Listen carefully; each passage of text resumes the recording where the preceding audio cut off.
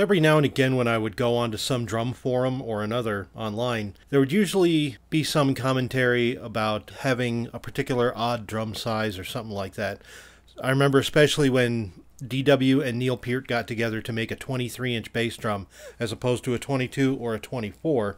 There was some musing about if you get such a drum, where are you going to get heads for it? Like, what happens when it breaks? You're going to sit there at the gig for 6 to 8 weeks waiting for a special order?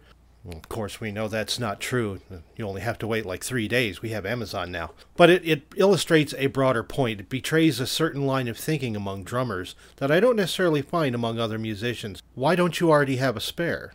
I forget the question of whether it's an odd-sized drum like a 23-inch bass drum. Why don't you have spare heads for your 22? So that's what we're going to address here, is kind of our level of preparedness when dealing with the drums, especially if you're out there gigging.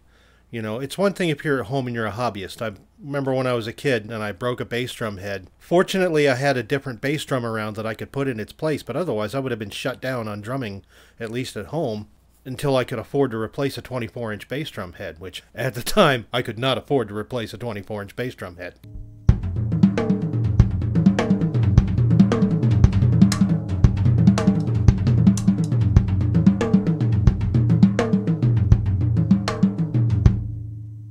The bass drum head itself is not the particular critter that we're arguing about, really.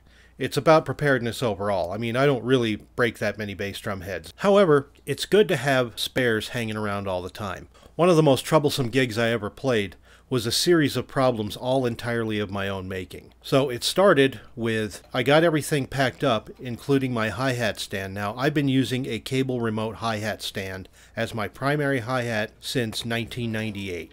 And that's fine. It packs up relatively easy. It certainly is good for positioning, but I had the whole thing kind of coiled up and stuffed into a large gym bag, and in order to avoid damaging the center pull rod, I removed it and set it on the desk. And that's where it was when I got to the venue, opened up my gym bag, and realized I didn't have a pull rod on my hi-hat stand. So, needless to say, we had to Keith Moon that gig. No hi-hat, just crash cymbals and ride cymbals.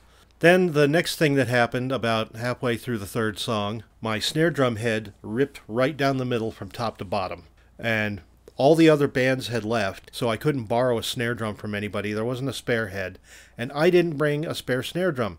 So, duct tape to the rescue, we taped up the head, and then the final problem that I dealt with was bad design, where my double cymbal stand that I had kind of rigged up on the right side of my kit, which was holding a china and a crash cymbal, started drooping down onto my floor toms, thus rendering the entire right side of my kit completely useless. And this is right before the last song, which was every last minute of Stranglehold by Ted Nugent. I think I actually cut my hand trying to get those drooping cymbals back up into position in the middle of playing Stranglehold, and it didn't work. So I was bleeding on top of all of this.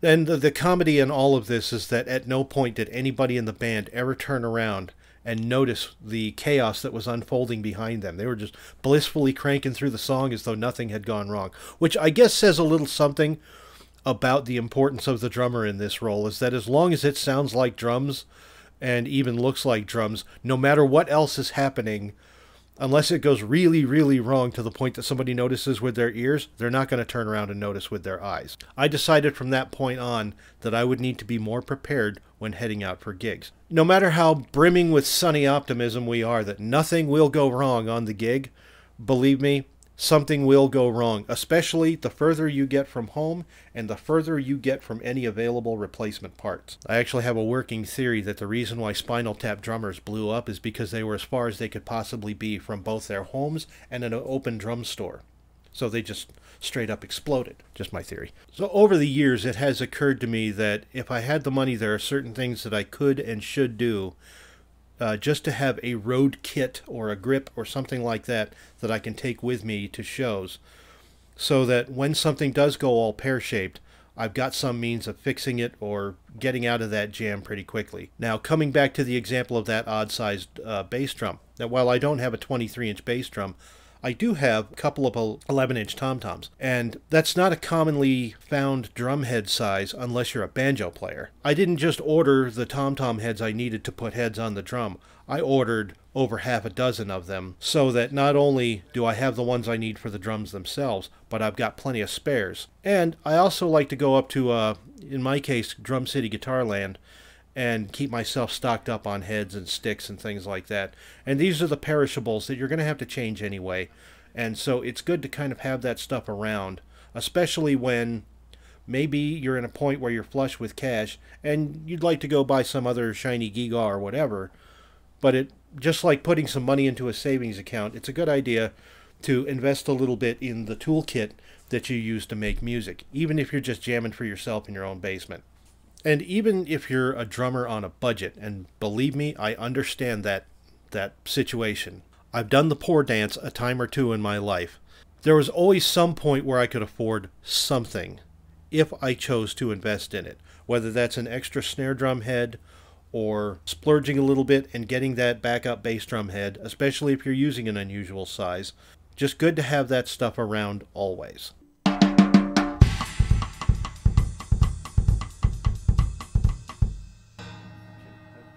Bullshit and you know it.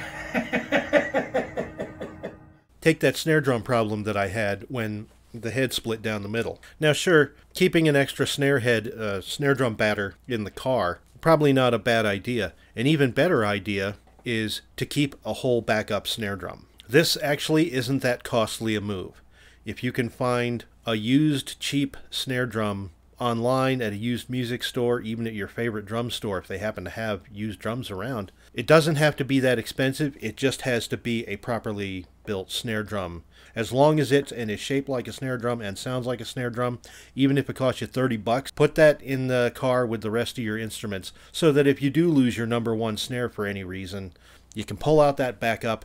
Even if it doesn't sound as good as your number one, it's got to sound better than having your number one snare drum with its head ripped wide open and duct tape splattered all over the top, straining for dear life to hold the thing together while you wail away on the thing for all 8 minutes of stranglehold.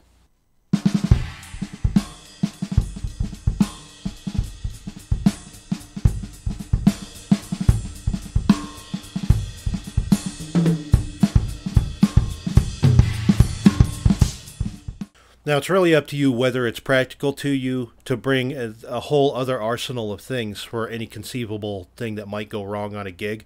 But a few simple things could certainly save you in a pinch. I once had an idea to buy, since I was using DW 5000 single pedals at the time, to buy an entire 5000 single pedal, take it completely apart, and put it in a toolbox so that I would have at least one spare part for anything that could break on my pedal. And considering that they were only like $100 for those pedals at the time, would have been a good investment. It's still a good investment. You just buy 3,000 pedals now instead of 5,000s.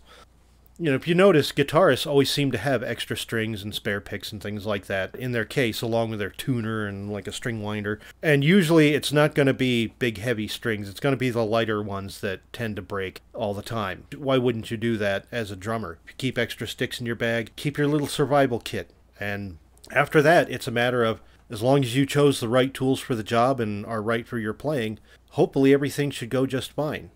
So ultimately, the answer to that forum question of what are you going to do when that particular thing breaks, my answer is I've got it in stock. So that's what I think anyway. I'm Mike Lindsay. Thanks for coming out.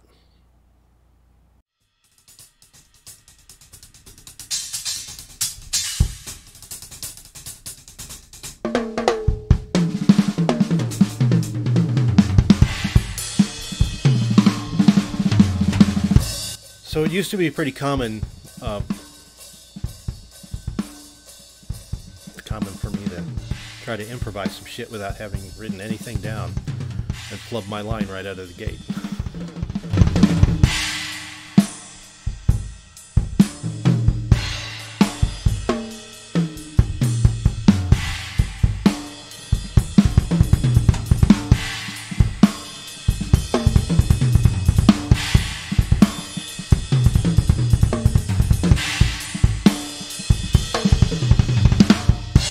Now, over the years, I have brainstormed some ideas.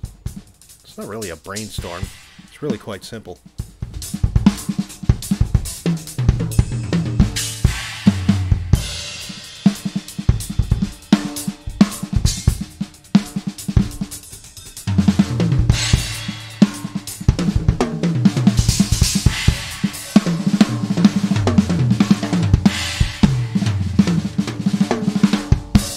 See if you can do that without the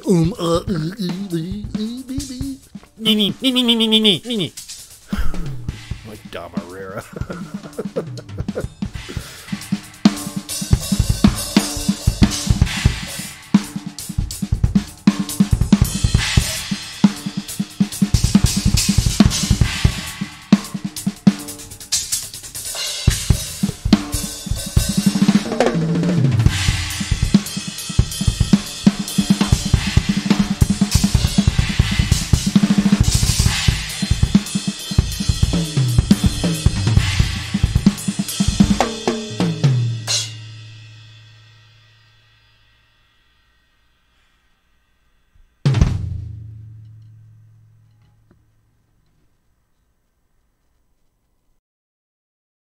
Smooth yourself out and everything's going to be fine.